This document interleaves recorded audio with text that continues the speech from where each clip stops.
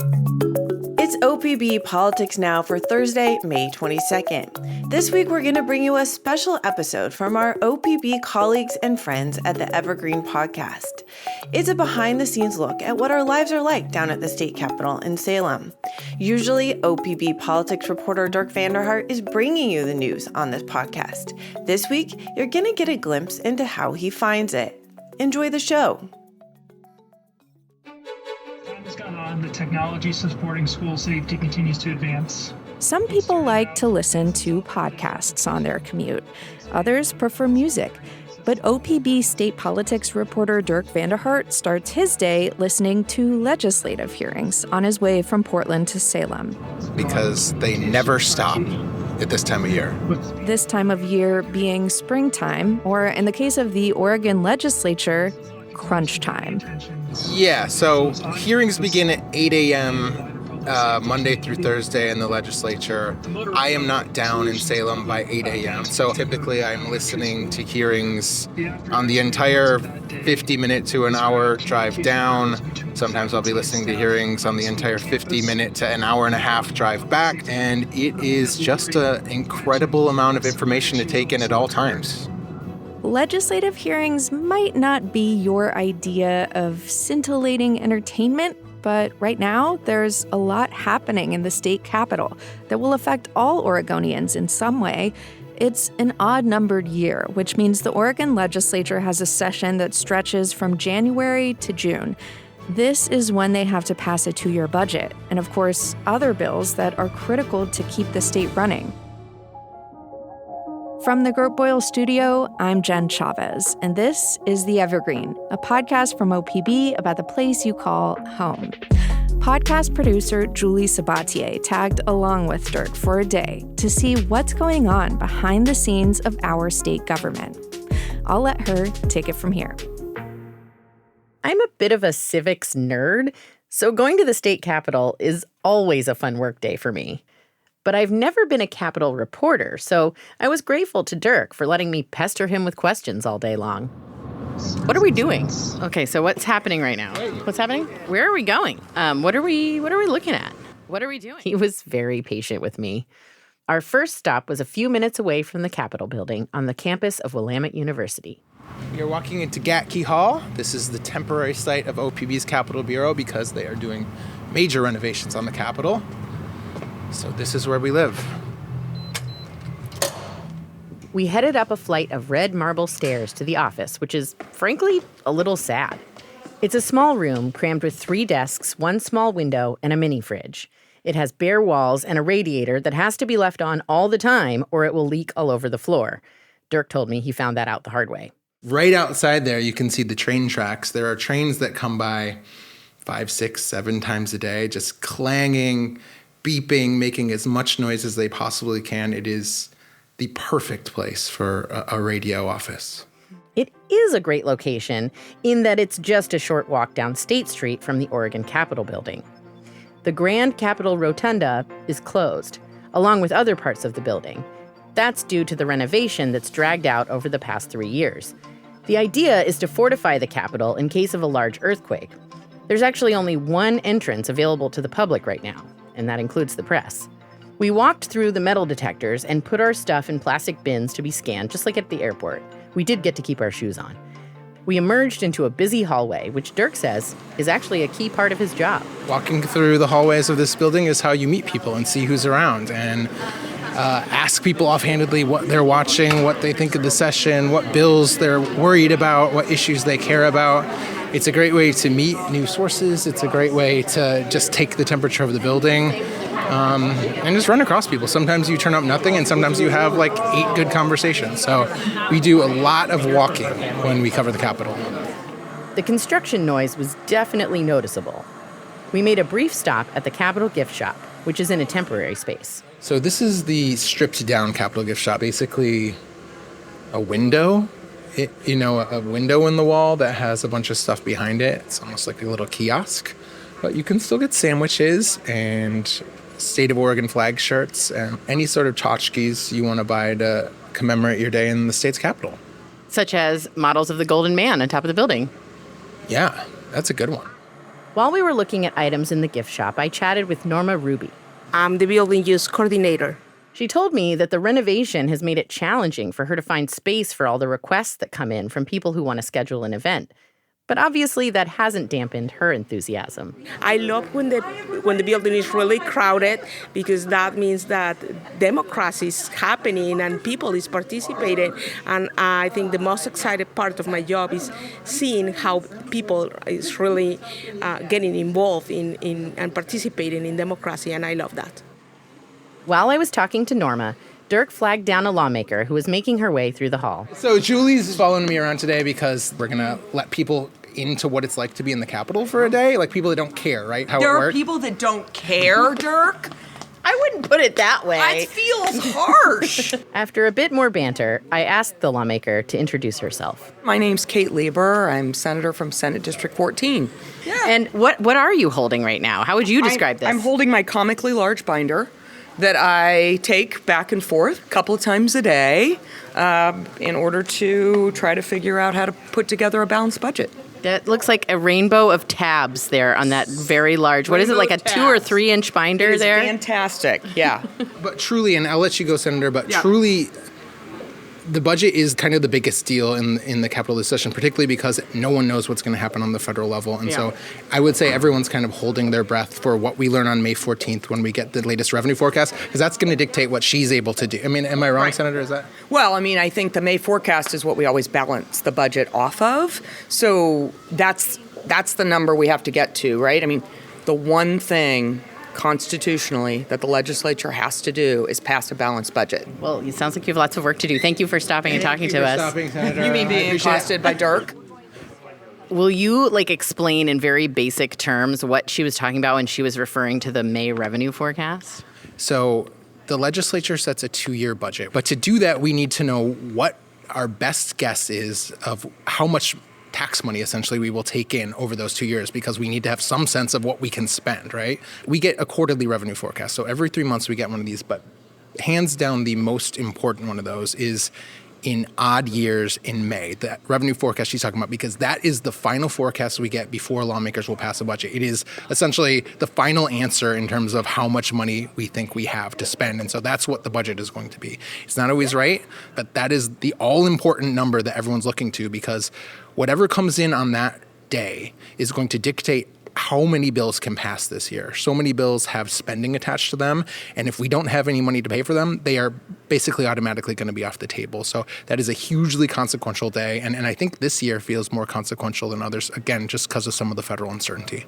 Dirk and I kept walking, and we saw a group of kids on a tour. Their tour guide, Lacey Smith, let me tag along for a few minutes as she showed them some photos and artifacts in glass cases. So one of the big things that happened in that 1993 earthquake is it shifted the gold man a couple inches up on his plinth up there. So if he was to fall, he weighs 17,000 pounds. That's really scary. So they did some work. They bolted him down. They retrofitted the rotunda so that it would be safe. And then we're continuing that work right now. So we're going to keep going this way and then head up to the Senate chamber. Dirk and I headed to the Senate chamber ourselves, where the floor session was about to begin. Here's my rule of the Capitol. Here, Representative. All right. Oh, yourself? Good. Always take the stairs. Here, let's go in here. Why do you always take the stairs? Because it's 3 or 4 floors.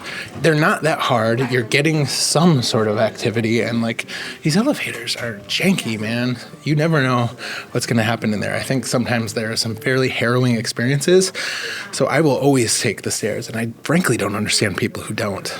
Dirk clarified to me later that he was talking about people who can choose to either take the elevator or the stairs. Anyway, we came out of the stairwell and headed over to the Senate. Fun fact, the carpet is actually different in the House and Senate chambers. On the House side, it's a repeating pattern highlighting Oregon's state tree, the Douglas fir. And on the Senate side, the carpet has a similar geometric pattern, but the images are some wheat stalks and the official state fish, a Chinook salmon. You can actually buy socks with each of these patterns on them in the Capitol gift shop. And Dirk was wearing his Senate chamber socks on the day we were there. Colleagues, the Senate will please come to order.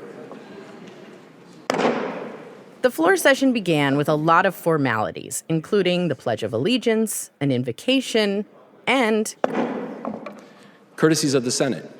Extending courtesies is a chance for senators to highlight particular issues or recognize special guests. In other words, shout-outs. Mr. President, thank you. Colleagues, today is National Adopt a Shelter Pet Day. Thank you, Mr. President. And I am honored to have my mom here today, Janie Tippett. You can stand up.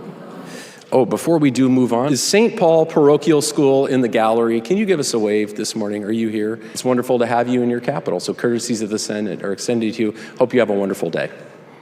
The clerk will please call the roll. Anderson, Bonham, Broadman, Campos. After the courtesies and the roll call, Senate President Rob Wagner moved on to remonstrances, which are essentially complaints. Portland used to be a beautiful city. Now some people won't even visit Portland because they simply want to remember it as it was. Mr. President, today is the last day of Child Abuse Prevention Month. Our rate of abuse of children in the care of Oregon Department of Human Services and the recurrence of all Oregon children for maltreatment has increased over the past 5 years. Thank you, Mr. President. Colleagues, I'm really concerned that our bipartisan work is coming to an end, and I'm very concerned that the one-party regime in this state is going to be moving bad policy without proper vetting, without proper Oregonian participation out of committee, and it's going to hurt Oregonians even more. Then it was time for some more Senate business. Messages from the House. Reports from committees. Propositions and motions. Action on executive appointments requiring Senate confirmation.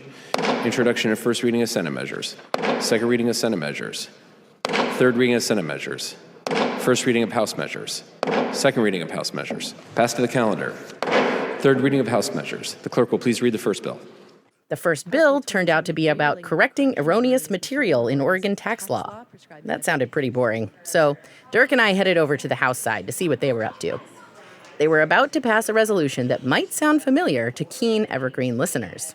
Final reading and consideration of HCR 34. Representative Daniel Nguyen. Mr. Speaker, as I've been preparing my remarks for this day, I was struck by the gravity of this moment in our history as we gather here in this chamber. House Concurrent Resolution 34, designating April 30th, 2025 as Vietnamese American Remembrance Day on the 50th anniversary of the end of the Vietnam War. This resolution is deeply personal to me.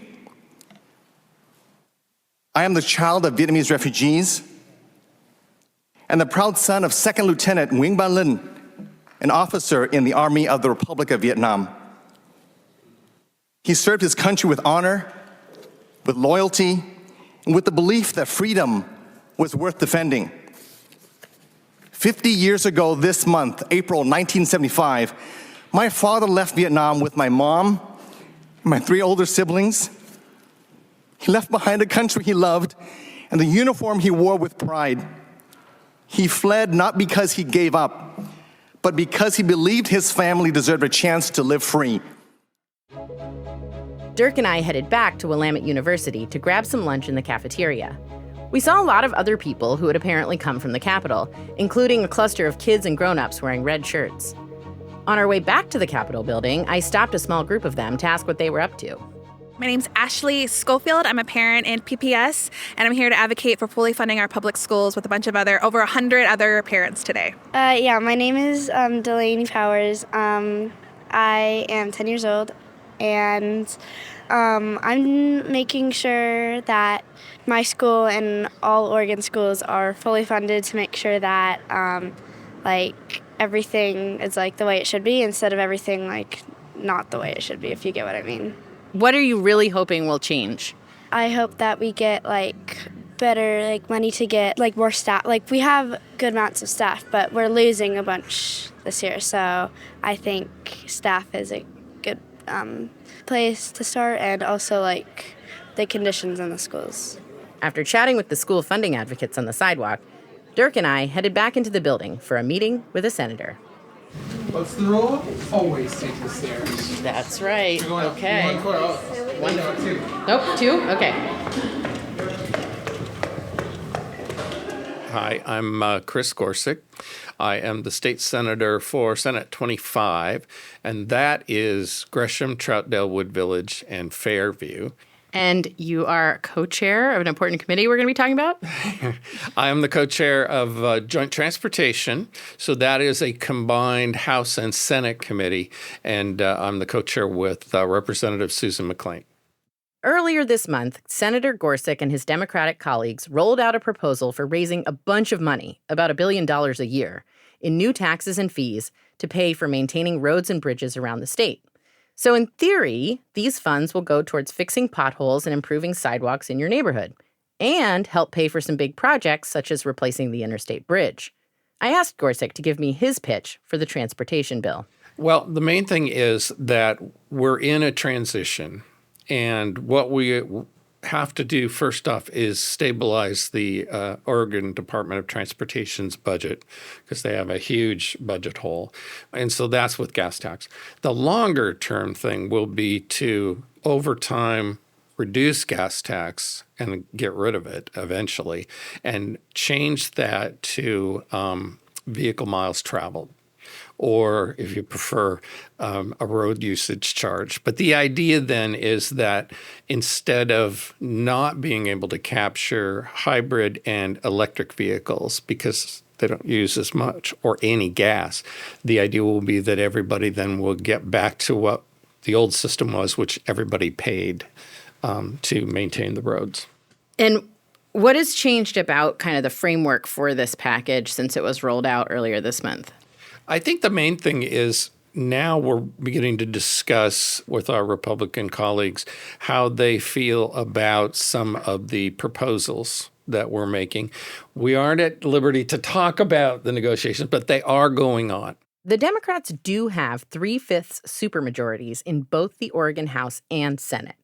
That's the required margin for passing bills that raise taxes. And it means that Democrats could theoretically pass their transportation proposal without Republican support. How prepared are the Democrats, in your mind, to force the vote and do it on a party line? I think, just like with anything, you will find that there are some Democrats that are ready to vote right now and do a supermajority. But you'll also find many Democrats that would prefer it to be bipartisan. Which one are you? I would prefer it to be bipartisan because, look, it's hard to be in the minority party. And I do worry that, they feel like there's some concern on that side that we haven't listened to them as much. The one thing that's great about transportation is that there is a lot of potential and there is a lot of discussion that ends up being bipartisan, just by the very nature of the topic. When are you guys dropping a bill on this? We have Elsie working on it now, and the proposal is probably within the next week or two that it'll be dropped. Okay. Who's Elsie? Oh, Legislative Counsel. It's not a person named Elsie. It's Elsie, yeah. I was like, who else? It's Elsie. You know Elsie. She writes the bills. She comes in once in a while, writes some bills. No, it's all of our lawyers. Dirk and I had plans to interview Representative Shelley Bosshart Davis. She's the Republican vice chair on the Joint Transportation Committee. But plans can change quickly at the Capitol. It just so happened that on the day we were there, House Republicans were having a press conference to present their response to the Democrats' proposed transportation bill. Hi, Dirk. They held their presser on the Capitol Mall outside the building that is home to the Oregon Department of Transportation, also known as ODOT. Thank you. Good afternoon. I'm Christine Drazen. I am the House Republican leader, and I am here today to stand with my House Republican caucus and share our proposal to help stabilize transportation in the state of Oregon. Representative Drazen was standing with 9 or 10 other people behind a podium with a sign on it that said, "Stabilizing Transportation, Protecting Your Pocketbook." We have identified approximately $730 million in refocused spending and cost savings, as well as ongoing spending cuts. We are committed to delivering functioning roads across our state without asking Oregonians to pay more.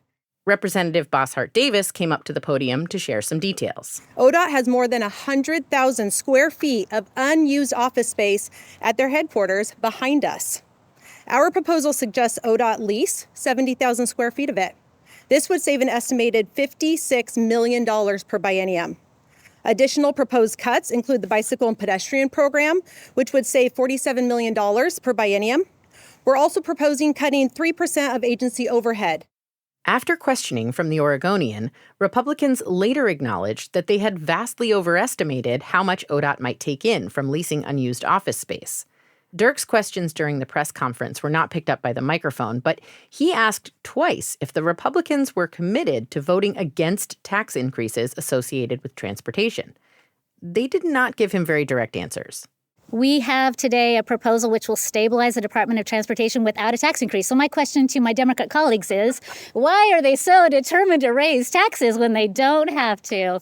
And as they continue to start with, we need to increase taxes. If that's their only starting point, I continuously push back. So what they choose to do is on them, and I will continue to represent the caucus. I will continue to represent Oregonians and say we're not starting with taxes. Following this press conference, we went back to the OPB office at Gatke Hall for Dirk to file some stories about the Republicans' proposal. Covering the Capitol involves a lot of walking. My step count for the day was over 12,000. We're leaving the Capitol now at 4:52. What have you been doing for the last couple of hours? We went to a press conference that ended about 2:30. Yeah, I sweated and wrote furiously as I tried to figure out what had just been said. So synthesize the information, get it out to a story that people can understand. So you wrote a digital story and you sent audio clips. Yeah. An audio story That's to be right. recorded. I sent a clip that we can use on the air with some scripts I wrote. Nice. This is the type of thing where it's not just one event. So like, yes, the House Republicans say this, and so you don't want to just reflect one side. So part of it is taking time to reach out to some of the constituencies and interest groups that have really been invested in this conversation on road funding to see what they think, and obviously ask the Dems what they make of this, and I don't think they're big fans. So, figuring out what people think, getting on the phone and chatting with folks, adding that to our coverage, and hopefully doing that in a relatively short period of time because I have to get home. I can't stay at the Capitol until 6 or 7 every night like maybe we used to because I now have a toddler. Okay. But wait, I have a question. Yeah. What stands out? Like what scene, was there something that felt revelatory or particularly interesting or like unexpected or notable? I don't know. Yeah. I mean, I enjoyed the pageantry of the floor session just because I don't get to see that very often. And I do think as we're in this era of increasing disrespect for cultural norms around government, I guess I see the importance of that more than I maybe would have before. This week's episode of OPB Politics Now was produced by our friends at the Evergreen. Thanks to producer Julie Sabatier and our engineer, Stephen Cray. OPB Politics Now is produced by Andrew Thien, and our audio engineer is Naleen Silva. Our music comes from Audio Network. We will be back next week with more fresh political news from across the Pacific Northwest. Until then, thank you for your support and thank you for listening.